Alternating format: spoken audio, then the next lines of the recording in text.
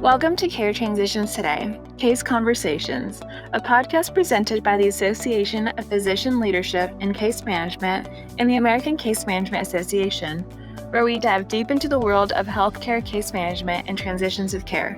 Today, we are joined by three physicians, Dr. Rebecca Severe, Dr. Sweta Singh, and Dr. Teresa Jacobs. Dr. Rebecca Severe is a hospital medicine certified physician serving as medical director of care management for Advocate Aurora Health. With a focus on utilization review, quality management, and program leadership, Dr. Severe is passionate about evidence-based medicine and collaborative patient care. Her expertise and commitment make her a valuable asset to the medical community and a compelling voice in the podcast. Dr. Sweta Singh, Medical Director of Case Management at the University of Michigan Medical School, brings a wealth of experience in hospital medicine and a strong focus on quality improvement and patient safety. Her dedication to medical education and commitment to enhancing healthcare make her insights invaluable to listeners eager to learn and grow in the medical field. Dr. Teresa Jacobs is a clinical professor of neurology at the University of Michigan and is a distinguished expert in neurocritical care. Her wealth of experience in teaching and research brings invaluable insights to our discussion surrounding a variety of intricate case scenarios. In this series, we'll explore the challenges and triumphs of real-life case studies, providing valuable insights for healthcare professionals and anyone interested in the intricacies of patient care. Whether you're a seasoned physician advisor, a dedicated case manager, or simply someone passionate about improving healthcare outcomes, Case Conversations is your go-to resource for compelling stories and expert insights. This is Care Transitions Today, Case Conversations. Today we have selected two intriguing cases to discuss. Today I'm going to bring you a case of KB, and this case is prolonged because it involves an initial admission, physician advisor review, a denial, a peer-to-peer, and a second denial with the letter of medical necessity. We're going to stop along the way so we can all discuss the various portions of this case. Let me get started by giving you the original investment we have with KB. KB is a 56-year-old man who has a history of asthma, DVT and PE recently on warfarin, anxiety, depression, bipolar disorder, hypertension, a polysubstance abuse history, and alcohol use history, which, by the way, his last drink was the morning of his admission, chronic pancreatitis, who came to us because of uncontrolled pain that was secondary to a chronic pancreatitis and a known pancreatic duct stone. Historically, this patient, the year prior to his admission, had a CT scan that showed a 6 millimeter pancreatic stone that caused pancreatic dilatation to 13 millimeters. Then 6 months before his admission, he had an ERCP, where cannulation attempts were made that were unsuccessful. Just prior to his admission to our hospital, he had a repeat CT scan due to increasing pain and presenting in an outside hospital. And that CT showed diffuse inflammation with a worsening interval change in his pancreatic duct dilatation. And as a result, he was having poorly controlled pain that was intractable. He was losing weight without a specific attempt at weight loss. And so the outside hospital called our hospital for direct admission of the patient when she came to the medicine gastroenterology service as a result of needing continuity and higher level of care, as well as control of this intractable pain. When he came into the hospital, he reported 9.75 out of 10 pain. That's kind of odd. You don't usually get that from your patients, but it was 9.75 nonetheless. And so when we did our first clinical examination of the patient, he was tachycardic, hypertensive, and had mild epigastric tenderness, did not have any guarding or rebound there. And the patient was immediately given some oxycodone in an attempt to control his pain, which was unsuccessful. The acute pain service was called immediately and came to the patient's bedside. Our acute pain service is run by our anesthesiology colleagues, and they felt that this patient's obvious pain with clinical symptoms of pain on palpation, hypertension, tachycardia, or consistent with a real pain problem. And so they started him on a morphine PCA. Initially, it started at 5 milligrams per hour. And then after a few hours, the patient's pain was still not controlled. So the medicine team, again at the bedside, discussed with the patient his intractable pain and offered to give him more PO medications versus increasing his PCA dose.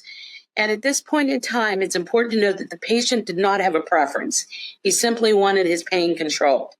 So anesthesia increased his PCA dose up to a milligram with a lockout of 10 milligrams per hour. The patient also on this admission was started on a bowel regimen because of the use of opioids, and because of his polysubstance abuse was put on an alcohol withdrawal program we call MAWS, some people call it SIWA, not sure what the name is in your institution, but it allows the patient to get benzodiazepine doses if they show clinical symptoms of withdrawal. He was also put on thiamine, folate. His chronic medical problems were controlled, including his hypertension, asthma. His DVT and PE history was interesting because his goal INR was 2 to 3, and he was therapeutic in that therapeutic range when he came in. He was also put on a supplementation program for magnesium, given omeprazole because of his anticoagulation status. So he got a liter of fluid as well as started on the PCA. And then he was started on IV fluids, which continued. Keep in mind, this patient who came in on the 20th of the month stayed with us until the 24th of the month. So 5 calendar days of care he was given. On the first day after his admission, the utilization review nurses went through his case, and he was called OIB, or outpatient in a bed, when he came into the hospital. They reviewed his case and felt that they were concerned, so they went through the intraqual criteria, and I printed out what the URRN did that day. And he did not actually meet for acute pancreatitis. His lipase was only 25. His LDH was elevated. He had no prominent white count, but he did have severe pain and was on a PCA. So they continued that until the 22nd, which was his calendar day 2 of his hospital stay. When they applied to this private payer, keep in mind, even though it's a commercial payer, this patient was under a Medicare Advantage plan, but this was prior to the initiation of the final act with the 2 midnights medically necessary care. So they applied to the payer for an inpatient designation. During this time, the patient continued on his PCA pump, but on the second calendar day, he was also started on a heparin infusion. Because he'd been on warfarin, they wanted to reduce the amount of warfarin he had and put him on the heparin in case he needed an intervention. So that's why they switched the anticoagulation. And he was continued on a heparin drip through to the last day of his stay. So I'm going to stop at this point and say that on the second calendar day, when we sent the request to his insurer for inpatient, they promptly responded that day with no, this does not qualify as an inpatient stay and should remain as an outpatient. So I'm going to stop there. There's a lot more to come to ask you guys what you think about that and what the URN should have done, what the PA should have done. What's your perspective? Yeah, I mean, lots of information. A couple of clarifying questions. One of the things with pancreatitis that I personally will look at, you give a lot of details around the pain management, and clearly that had a high intensity of service around that. Typically in what we would consider inpatient level with the PCA and the frequent, needs for that. What was this gentleman's, or I guess we didn't say, what is this patient's oral intake? I know for pancreatitis, oftentimes that's something I'll focus in on. Are they having nausea, vomiting, oral intolerance? And especially when we're dealing with a chronic pancreatitis, that lipase, as we all know, will not often elevate. And I would have to go and look, I haven't done this in a while, to an interqual, maybe you can enlighten us about chronic pancreatitis criteria and interqual, if there's any difference between acute on chronic pancreatitis. Those are my thoughts, just at least to start. Sweta, I wish I could tell you what those criteria say, Rebecca, but since he didn't meet, it just says not met and does not spell out the criteria. Okay. So I'm afraid I don't have that to give to you, but that's an interesting thought. And the other issue about his PO tolerance, the patient was hungry and did request food.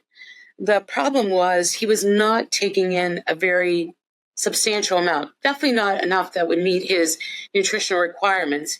And he had lost weight over the 6 months from the last time that we'd seen him for that ERCP that was unsuccessful with intervention. So the patient's reporting that he's still hungry, still taking in some PO, not enough. That's why he was started on IV fluids and given the IV fluid bolus. But he definitely had a PO kind of intolerance to the amount of nutritional need that he had. I think in terms of when the patient comes in and when it's hard, if they're not actively throwing up, have any electrolyte abnormalities, fair enough, it's always challenging with these pancreatitis patients, but we don't know what the trajectory will look like. Definitely, if this patient met intensity of care with the IV fluids, IV pain meds, and we can argue, like looking back at the patient's previous admissions, if they have not recovered within 48 hours, that we could look into having this be seen clinically if it would be appropriate to admit as an inpatient from the get-go. And not uncommonly, when they come for acute pancreatitis and they could recover in 48 hours and be put like first 24 hours to see the opioid need, and if they're taking orals, put them on orals and be able to discharge. Although this patient has shown to fail previous attempts to do that fast recovery, and with the chronic pancreatitis, IV drug use, or previous substance abuse history, not IV drug use, that makes it challenging, or they likely have high opioid tolerance. So you already know you are going to have difficulty controlling the pain with just single agent, right? So I think given all that background history, the complexity, it's not just simple post-alcohol, binge alcohol, acute pancreatitis, even though it's just day 2, less than 48 hours, it was appropriate to be requested as an inpatient. Absolutely agree with you, Sweta. And his previous hospitalizations were not at our facility. So he had had some interventions like the ERCP, et cetera, but that was all done as an outpatient. So I really couldn't speak to your question about what were his previous hospitalizations like. And the other thing to note here is that he continued also on that MAWS protocol because of the issue of alcohol withdrawal, which I think adds another layer of complexity to this patient at this point in time. I, too, was a little bit surprised that we admitted him as an outpatient, but I think that came down to the fact that this was not sent to the physician advisor immediately. It wasn't actually sent to the physician advisor until the 4th day of the hospital stay. So as a result, we were kind of stuck in that loop where the intraqual criteria, which was reviewed, was not met by the letter of that law, and yet it didn't get sent over to the physician advisors for future review. So that's one thing that I could point out at this particular point in time. Okay, so let me tell you a little bit more about what happened to him, and then I'll tell you what the insurance company had to say. So he continued on IV fluids at 50 cc's per hour throughout his stay in the 5 days that he was there. He also continued on a morphine PCA that was stopped the 4th day of his stay and switched to PO. He had had some nausea during his stay, for which he received IV Zofran. He also had some electrolyte disturbance, specifically his magnesium was low, and he was supplemented on days 2 and days 3 with magnesium. The plan from the beginning was that he would have a secretin MRCP that would be scheduled for on the 23rd was when it was scheduled, after they thought they could get a little bit better control of his pain. Then on that final day of admission, he went for that study, and it was aborted because of his claustrophobia and the feeling that he was going to need general anesthesia. And they gave up on it, but they were thinking that there might need to be some advanced endoscopic intervention done. The patient had been converted the previous day to PO, and then he was discharged from the hospital. And I can tell you, as I have the actual denial letter here, which I won't show you it holding it up because we'll keep the insurance company and the patient's name out of being able to be visualized. We don't want to do that. But this letter says the following: inpatient level of care is not supported by IntraQual 2023 criteria for adult acute pancreatitis due to no documentation supporting acute pancreatitis. The lipase was within normal limits, and imaging did not reveal acute pancreatitis. After the medical information by our medical director was reviewed, the members not meeting IntraQual criteria, and therefore this stay as an inpatient is denied. Let me stop there to say, what would you do next? Because this is sent to us the day before the patient's actually discharged. You are sent it to the PA, and the PA reviewed the case. Yeah. I mean, I still go back to, with a chronic pancreatitis, when they have acute on chronic, they don't necessarily have all of the classic findings of a de novo, acute pancreatitis patient. The lipase frequently does not elevate. I thought if I remember early on in your description, there was a CT done showing some changes from prior.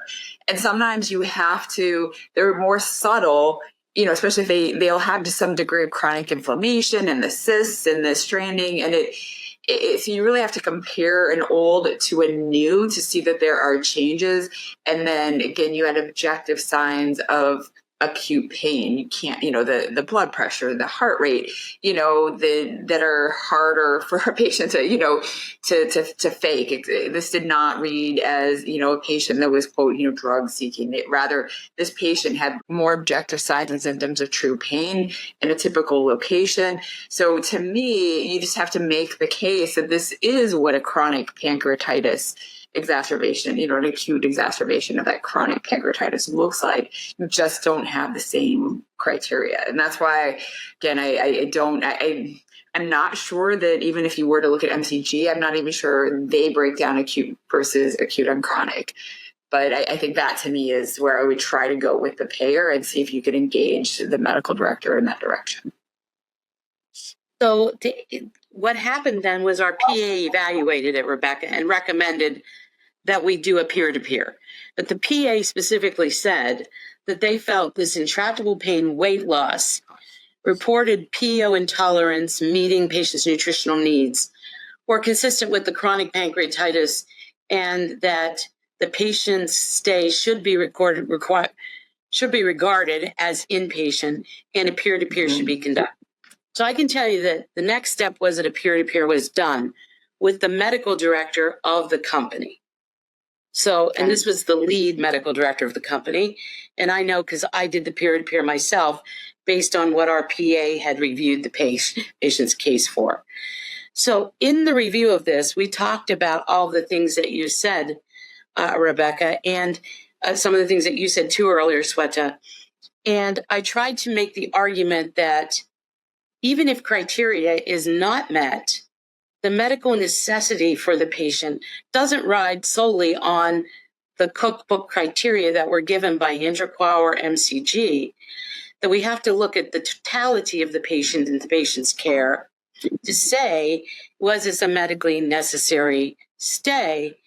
And I feel like nowadays it might be a little bit easier for me to argue that, given that, we had all those issues in the first 2 midnights of stay, and it was a Medicare Advantage plan patient.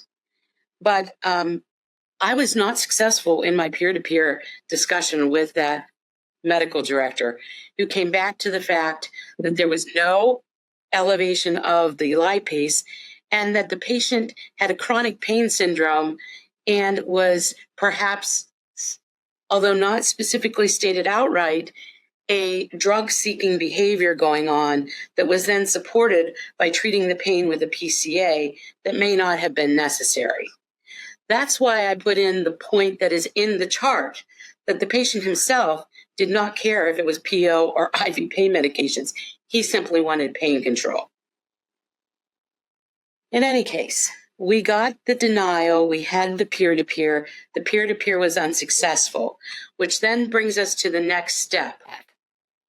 Our group who does the review of our appeals, which I put this in for an appeal after the peer-to-peer, then proceeds with the second level of denial work, which is actually getting a letter of medical necessity, which I have right here. And the medical necessity letter was provided to them, that is the insurance company, describing the peer-to-peer, describing the patient's symptomology, the epigastric pain, the vital sign abnormalities, the weight loss, the anesthesia pain service evaluation, the PCA continuation, the IV fluids, the withdrawal protocol with use of benzodiazepines, the continuous monitoring, the use of antiemetics, the electrolyte replacement. And we finally concluded in this letter of medical necessity, the patient has significant weight loss, intolerance of PO feedings to meet nutritional needs, withdrawal symptoms requiring benzodiazepines, pain requiring PCA narcotic administration. We feel this hospitalization should be designated as inpatient. The medical needs could not be sustained in an outpatient environment and required several days of hospitalization on these issues. And we requested the second reevaluation of this denial of claims. And we strongly suggest this patient should be designated as inpatient and his stay be covered accordingly. And we heard back, and the second level appeal was also denied. And I, for the life of me, I brought this case to everyone because this is one of those cases where you stand back and you say, did I miss something here? Or is this, I'm having trouble dealing with how the insurer came to this conclusion. So let me stop there and tell you that was my angst over the whole thing. And Sweta, what do you think? So I have two quick things. First things first, my recent experience, even though this case was before the 2 midnight, that unfortunately Medicare Advantage plan payers, even though patients are meeting medical necessity, are still saying their definition of meeting medical necessity is by meeting into QAL or MCG criteria, which is not completely appropriate or completely all patients fit those criteria because we have to go by patient-specific needs. But if this case was discussed even since the change, I don't know if it would have been a difference in terms of being approved or denied. The second thought that I have, that's where my concern comes to. Like the patient, if not meeting into QAL or the criteria because they're limited to one issue, and patient has 4 active issues, not individually they may meet, but they add to the complexity and makes it harder to manage or take care of them in an outpatient setting and is not appropriate to be taken care in an outpatient setting. There is nothing to account for that, and it gets very challenging when we have a payer provider who see these things only on the individual basis and not cumulatively. So I don't think you missed anything. It's just, I've had those conversations too. Hey, I understand by itself, this is simple UTI, but the patient has UTI, patient has this thing too, patient has pretty bad hyperglycemia, when keep going in and out of the DKA, or while we are managing, or COPD exacerbation, putting on prednisone that's leading to now imbalance in the blood glucose, etc. So those are still, I think, challenges when sometimes I will say I've been lucky, we've had a good payer provider who will acknowledge that and accept the complexity and will approve, but there are some who will still not agree to it. My bigger concern, though, comes as this challenging the diagnosis, challenging the medical care. They're not the bedside provider. And to some degree, bringing that labeling and biases that this is a pain med seeking, because I've had those conversations too, where peer has said, yeah, well, because your ED gives them IV Dilaudid, patient keeps coming back, and that we would still recommend combining. But that's, again, labeling, right, which is not completely appropriate, and not treating an acute pain just because someone has a history of substance abuse disorder is also unethical. So somewhere I still struggle with that decision, that this is making a decision that this is not an acute flare of pancreatitis without being a bedside provider, and not acknowledging that this is the right approach to the treatment when you're not the one taking care of the patient, and challenging that is concerning to me. I would definitely recommend appealing it to the whatever next level is available, and if not, this case is worth even ALJ in my mind. Mm-hmm. It almost seems so. Rebecca?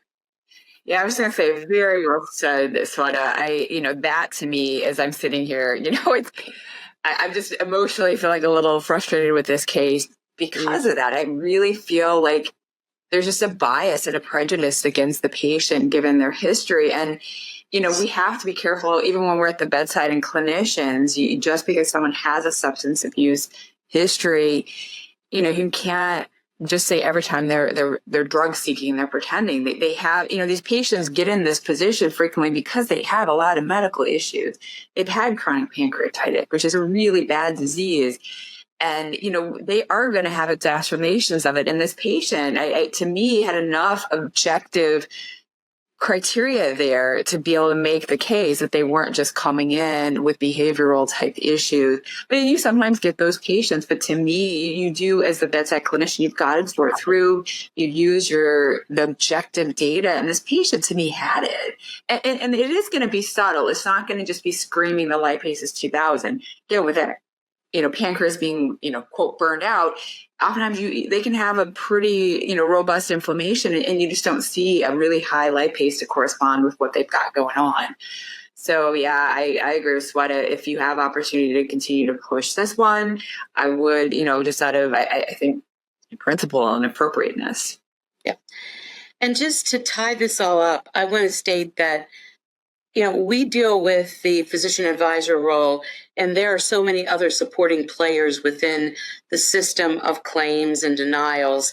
And I give them all kudos for the work that they do.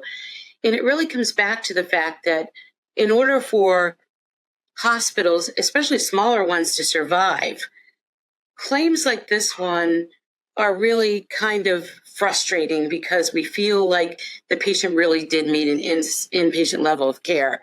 So to give some numbers here, this case was worth over $30,000 for the 5 days length of stay. With the denial came an outpatient payment that was under $3,000 for $30,000 of care. Included the 5 top things that did not get paid for were the IV pain medication therapy, a CT scan, an ultrasound, the MRI, and the laboratory tests that were done through these 5 days. So I wanted to bring that out to make the point that there is actually consequences to that. All of the system, as physician advisors, our claims departments, our denial departments are also going through as we try to secure adequate payments for when we feel our patients are being properly treated as inpatients. I agree with you guys that the next level would probably be an ALJ type of level for this. What happened was that this actually got closed out with the minimal payment. Fortunately, the patient himself only had to pay $60 in copay for everything. So that's a good thing. But the most important thing is that this patient got excellent care. And when the end of the day comes, and as physician advisors, we look at it, we have to say, we made our best arguments, but the patient got the care they needed. And I guess we'll live to fight another day.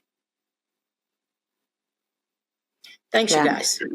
Thanks for sharing this case, and especially because I know in our previous episodes and time we've almost all shared successful cases where this is a case where even if you're doing the right thing does not necessarily mean we'll have the outcome we are looking for. Thanks, you guys. And I'm sorry this was a little bit longer one than the ones we typically do, but I wanted to go through the whole process to multiple levels of frustration, denial, and what we do.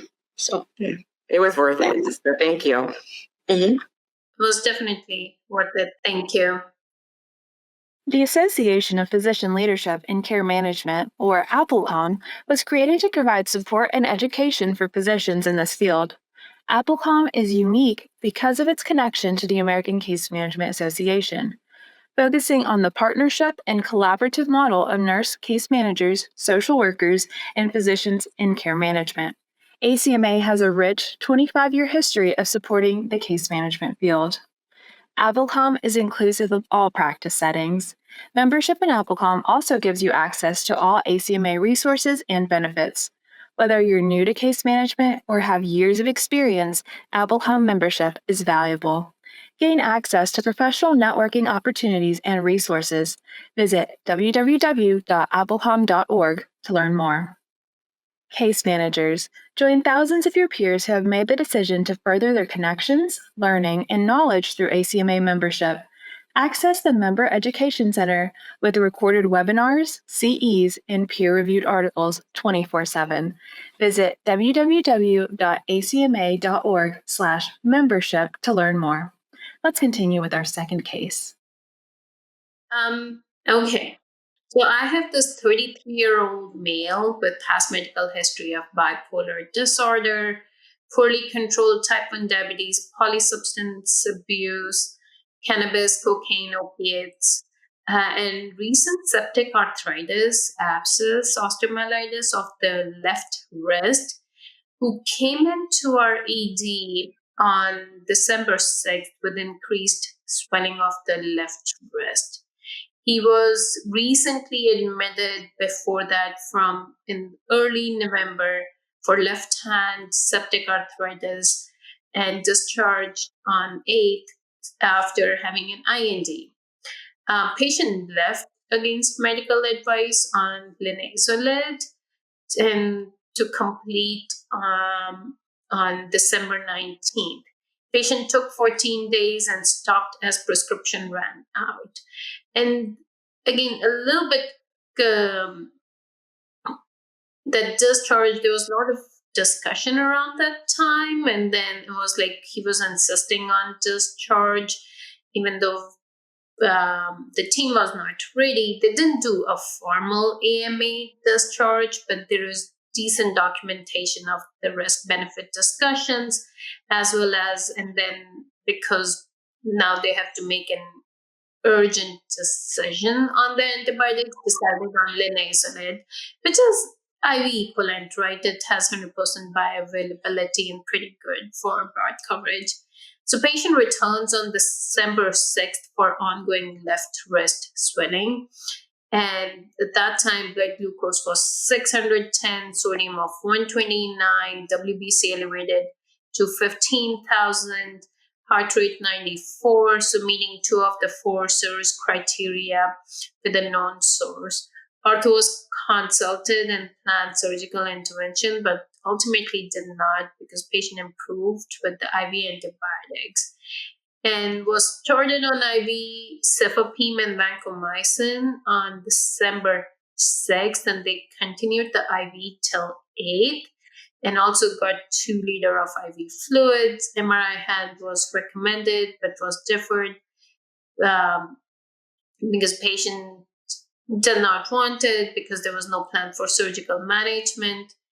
And ID was consulted again and recommended linezolid on December 8th, but this time for a longer course, right? So patient also required with all that septic arthritis or with that infected joint, multiple doses of IV Dilaudid. And later we were able to add Toradol. So I think first things first, would you think, would it be appropriate to say, given the complexity, given the medical necessity and the intensity of services, it's appropriate to be inpatient? I personally, hearing the story that you just told me, Sweta, this looks like failed outpatient therapy, and it's time that we need IV antibiotics and an infectious disease consultation with their subspecialty expertise to be able to guide us in what is necessary to try to get this under control.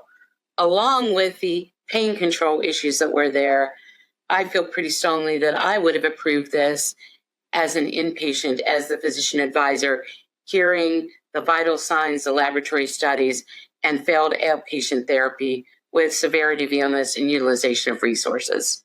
Rebecca? No, I absolutely agree. And part of, I think, the rationale for, for keeping the patient in the hospital. So let's say the numbers at hospital day 2 look a lot better, the vital signs and the white cell looks better. This is a patient where something is going on. Something is not working out well when you have them on an outpatient regimen that should work. Like, are they not taking the meds? Is there something else going on? So I think you do need to see them get over that hump, before you send them out the door. So I think sometimes I'll have a discussion with the payer and they'll focus in on hospital day 2, the fever's better, the white cell count's normal, and then it's on the expectation that we just discharge. And that's where I think you have to really talk about the failure here, and especially if you can get to the root cause of what is causing that and why you needed to watch them in the hospital. Maybe ID consult will add to that. But yeah, I think those are the things I'm thinking of and try and help support that inpatient for this case. Very well said. But did you get... So sorry, the other thing that you mentioned here was the ortho evaluation. Mm-hmm. I think that's important too. Sometimes I've heard from payers, ortho evaluated the patient and didn't feel there was any surgical necessity. So why did you stay past the second day? And again, I go back to what Rebecca just said. There were reasons even beyond what the labs might have shown an improvement, or even if a fever curve improved, there's still a failure of outpatient therapy here. And just because orthopedic surgery says we don't want to operate on the patient doesn't mean the medical necessity wasn't there for the patient to be hospitalized. Right. And so this was approved as inpatient by the payer, but combined to the previous admission.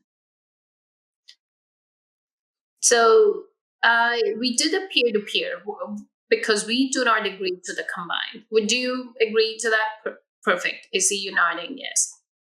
So yeah, I think if the patient was discharged on an antibiotic regimen even if they weren't compliant, they were stable when they were discharged, they were given appropriate antibiotics.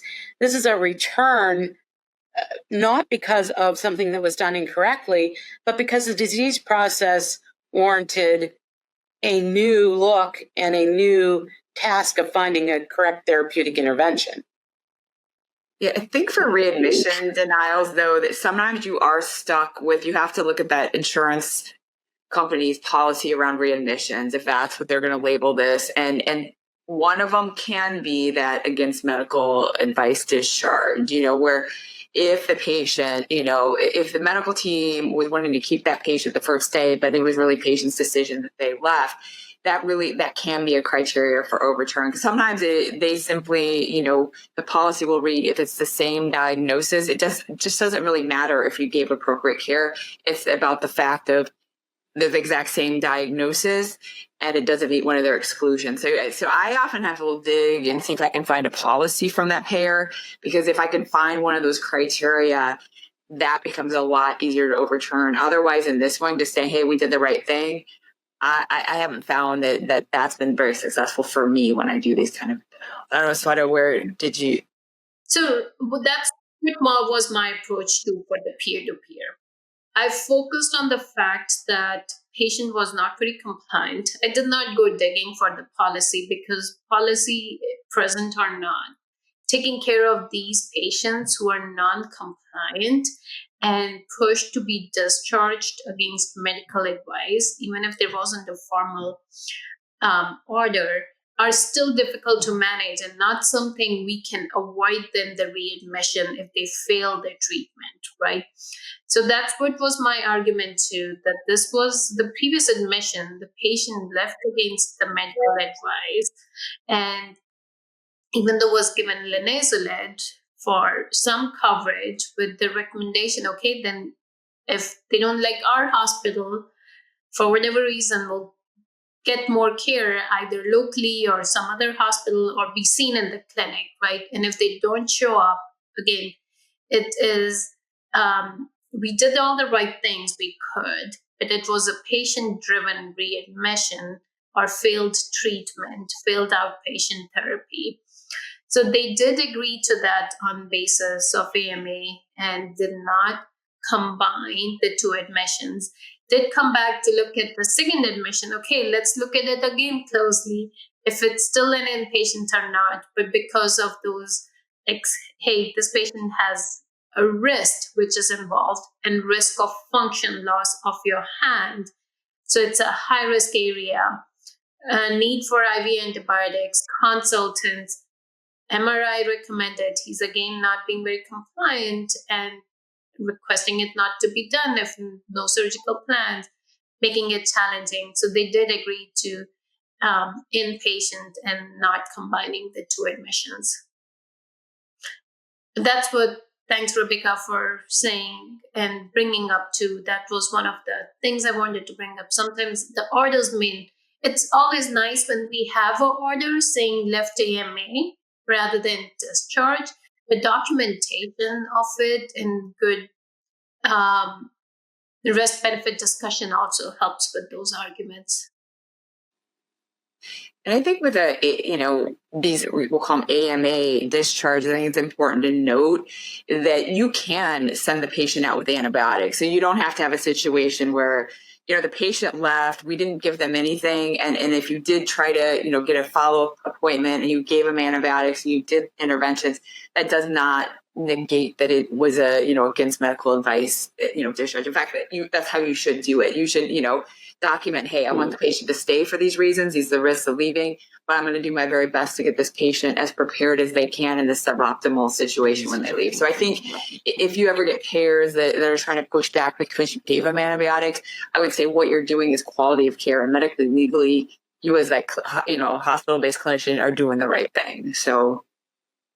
Right. Very true. We have to still do the right thing with a good intent. Do the right thing for our patients. Thank you both for joining me for this space. Thanks, Sweta. Yeah, thank you.